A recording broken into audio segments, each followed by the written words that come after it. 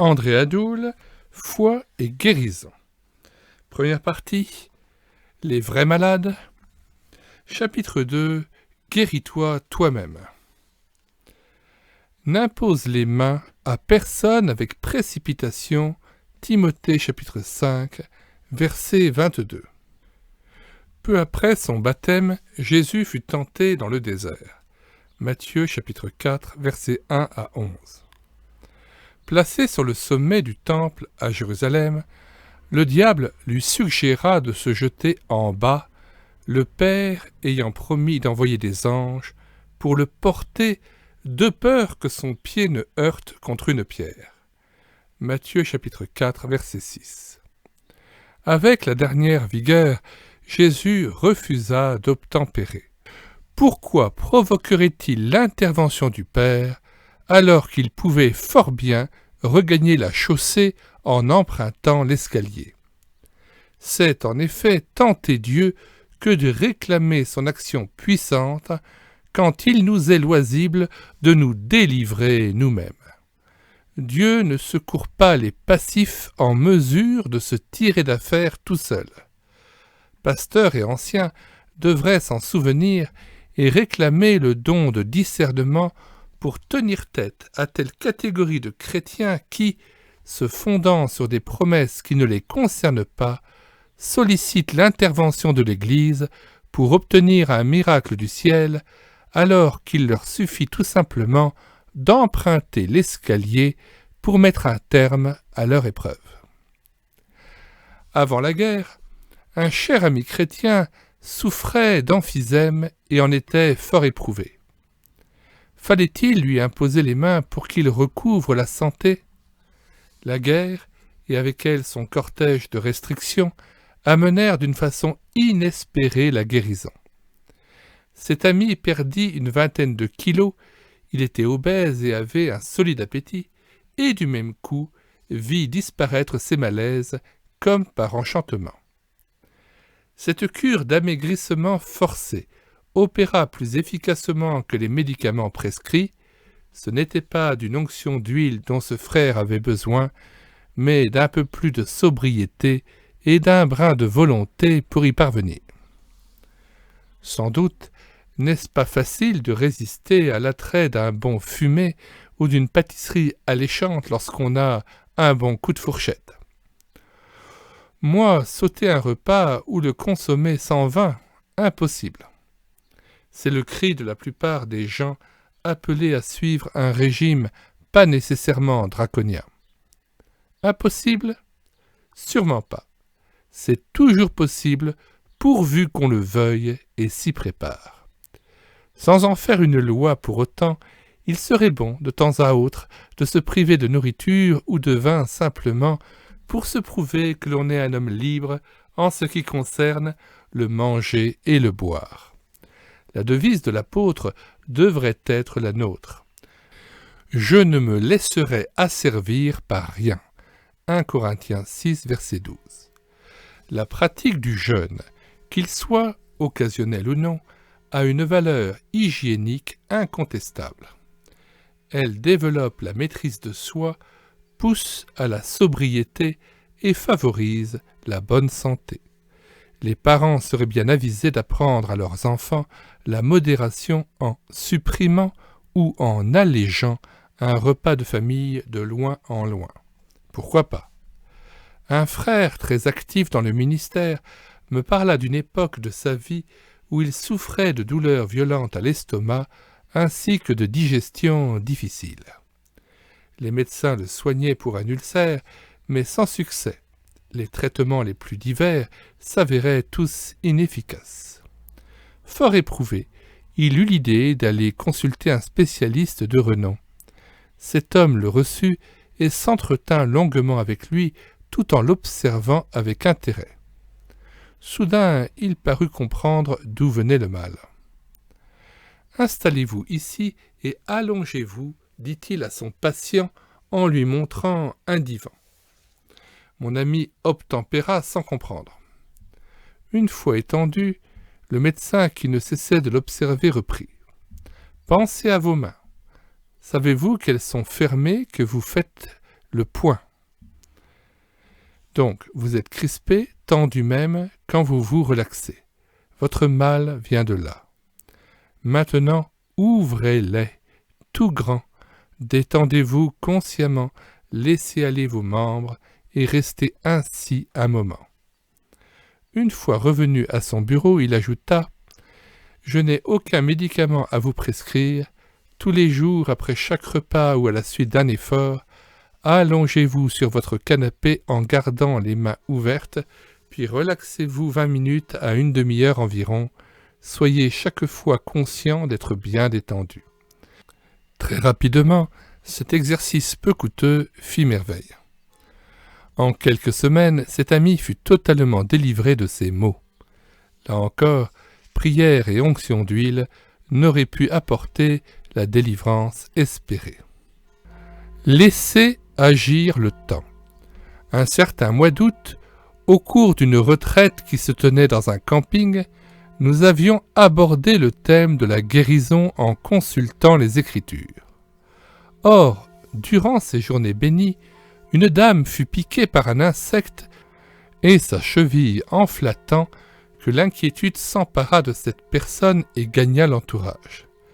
Plusieurs responsables décidèrent alors de lui imposer les mains en demandant à Dieu de la soulager de son mal. Un frère qui avait, par sa profession, quelques connaissances en la matière, me dit avec ironie « Oh, il suffisait d'attendre 3 jours, l'enflure ne disparaîtra qu'après-demain. » Et de fait, 3 jours après, tout rentra dans l'ordre. Certainement, il eût été plus sage d'encourager cette dame à descendre l'escalier entre guillemets, c'est-à-dire à montrer un peu de patience et à attendre que ça passe. Il y a les malades imaginaires qu'il n'est pas facile de détecter. Lors d'un camp de la Ligue pour la lecture de la Bible à Sumène dans le Gard, les jeunes partirent en promenade dans la montagne durant un après-midi. Peu avant le sommet, une jeune fille de 17 ans environ fut prise d'un malaise et parut tituber. Aussitôt, on l'allongea sur le sol, on s'affaira autour d'elle en prodiguant moult conseils plus ou moins contradictoires. Elle restait immobile, les yeux clos, les jambes raidies. Que faire ? Le plus sage était de la ramener au mas à travers genêts et buissons par des sentiers à peine tracés. Des jeunes gens s'employèrent à la transporter avec 1000 précautions, non sans difficulté. Arrivé à la maison, on fit appel à l'infirmière, une femme énergique, directrice de clinique, qui ne s'en laissait pas compter. Sans s'émouvoir, elle observa la malade, toujours immobile, puis, sur un ton qui n'autorisait pas de réplique, elle ordonna « Tu as fini de te moquer de nous, lève-toi et va courir dans le pré. » La jeune fille se leva d'un bond et prit la fuite à la surprise générale. Elle nous avait dupés. Simulait-elle la crise pour se rendre intéressante? Était-elle une enfant trop couvée par sa famille? En tout cas, nous aurions eu tort de nous mettre à genoux autour d'elle pour réclamer au Seigneur la délivrance d'un mal qui n'existait pas. Le directeur d'une maison de retraite me racontait qu'il avait parmi ses pensionnaires une dame âgée à la santé délicate. Elle suivait un régime très strict, ce qui compliquait le service. Cette personne sombra dans la sénilité et dès ce moment, chose étrange, elle dévora littéralement tout ce qui se passait sur la table sans jamais ressentir le moindre malaise. Il n'était plus question d'estomac ou de foie, tout allait bien. Autrement dit, le mal était dans sa tête et non dans ses viscères. Je fus invité par des amis chrétiens à visiter un homme qu'on ne voyait plus à l'église. Je le trouvais dans sa cuisine prostré, les coudes sur la table et la tête dans les mains. Autrefois dynamique, entreprenant, plein d'énergie, il ne sortait plus guère de sa maison depuis plusieurs années.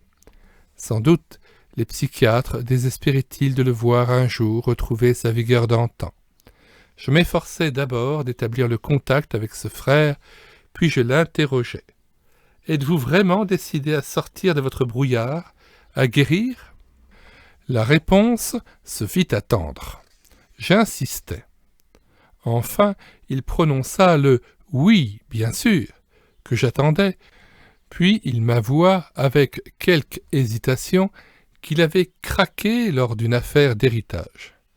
Un parent malhonnête l'avait spolié d'une somme très importante qui lui revenait. Depuis, la haine habitait son cœur. « Voudriez-vous pardonner à cet homme » lui demandai-je. « C'est bien difficile. » Dites plutôt que c'est impossible, car la perte est énorme. Mais le Seigneur vous en rendra capable si vous y consentez. Même il vous donnera la force d'aimer celui qui vous a fait du tort. Il vous libérera de ce poids et vous retrouverez la joie de vivre. D'abord réticent, ce chrétien finit par accepter de pardonner en s'humiliant d'avoir tant tardé à le faire. La guérison ne se fit pas attendre. Le jour même, il prit part avec les siens à diverses réunions de l'Église. Surpris et tout heureux de le voir revenir, ses amis se disaient l'un à l'autre « Qu'est-ce donc qui lui est arrivé ? Il a l'air en forme maintenant. » Le repentir de ce malheureux avait fait plus que les kilos de médicaments qu'il avait absorbés en vain. On connaît la vie mouvementée du roi David qui, après avoir commis adultère avec Bathsheba, fit périr son mari, puis épousa la femme devenue enceinte, de Samuel 11. Apparemment, tout était rentré dans l'ordre. Ni vu, ni connu. Pas du tout. Dieu avait tout vu, car sa main pesait sur lui. Rongé de remords, David connut alors un temps de déprime des plus éprouvants qui eut une incidence sur son état physique, comme il le mentionne dans le psaume 32. Mes os se consumaient, je gémissais toute la journée, ma vigueur n'était plus que sécheresse comme celle de l'été, versets 3 à 4. Comment en sortir ? Là encore, la meilleure des thérapies, les prières ferventes de ses amis, l'onction d'huile ou une imposition des mains se seraient révélées inefficaces. Il fallait autre chose pour retrouver la pleine santé, et David ne l'ignorait pas. Dieu attendait de lui une démarche que son orgueil de monarque réputé pieux empêchait d'accomplir. Tant que je me suis tu, mes os se consumaient, verset 3. Le roi ne pouvait sortir de son épreuve aussi longtemps qu'il refusait de confesser sa faute à Dieu et d'en faire l'aveu au peuple par le moyen de cantiques que tout Israël allait apprendre et chanter, psaume 32 et 51. Et c'est ce qu'il fit enfin dans les larmes devant le prophète Nathan. Je t'ai fait connaître mon péché, je n'ai pas caché mon iniquité. J'ai dit, j'avouerai mes transgressions à l'Éternel, et tu as effacé la peine de mon péché. Heureux celui à qui la transgression est remise et le péché pardonné, psaume 32, versets 1 à 5. Qui me donnera tort si je dis que pasteurs et anciens devraient demander à Dieu sagesse et discernement avant d'intervenir auprès des malades ? Le conseil de Paul de ne pas imposer les mains avec précipitation, adressé à ceux qui sont appelés à confier des charges importantes dans l'Église, est aussi valable pour tout chrétien exerçant un ministère de guérison. Cette élémentaire prudence apparaît sous la plume de Jacques lorsqu'il recommande la confession mutuelle des péchés entre malades et anciens, certainement avant de pratiquer l'onction d'huile. Jacques 5, verset 16. Un tel partage est combien nécessaire pour discerner si l'intervention de Dieu se justifie ou si rien ne fait obstacle à la guérison. Nous reviendrons sur ce point important. Question. Connaissez-vous des personnes qui se plaignent de maux dont elles pourraient être soulagées avec un peu de discipline ou plus de volonté ? Seriez-vous capable de vous priver d'un repas ou de le prendre sans user de vin? Avez-vous un régime à suivre? L'observez-vous avec sérieux? Sinon, pourquoi? 3. Relisez le passage de Jacques, chapitre 5, verset 16. À votre avis, pourquoi l'apôtre parle-t-il ici de confession mutuelle des péchés? Jacques 5, verset 16. Confessez donc vos péchés les uns aux autres et priez les uns pour les autres afin que vous soyez guéris. La prière fervente du juste a une grande efficace.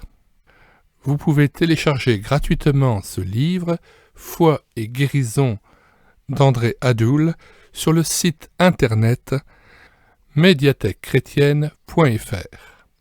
Bonsoir à tous et à bientôt.